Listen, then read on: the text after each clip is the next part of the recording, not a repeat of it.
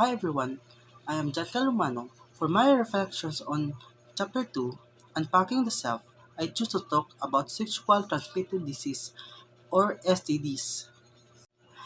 Learning about STDs opened my eyes to the importance of awareness, responsibilities, and self-care.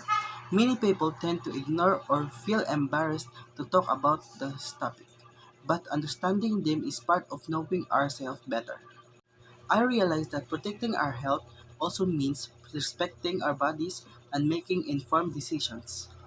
STDs are not just medical issues. They also affect our emotions, relationships, and sense of self-worth. This topic reminded me that true self-understanding includes taking care of our both physical and emotional well-being.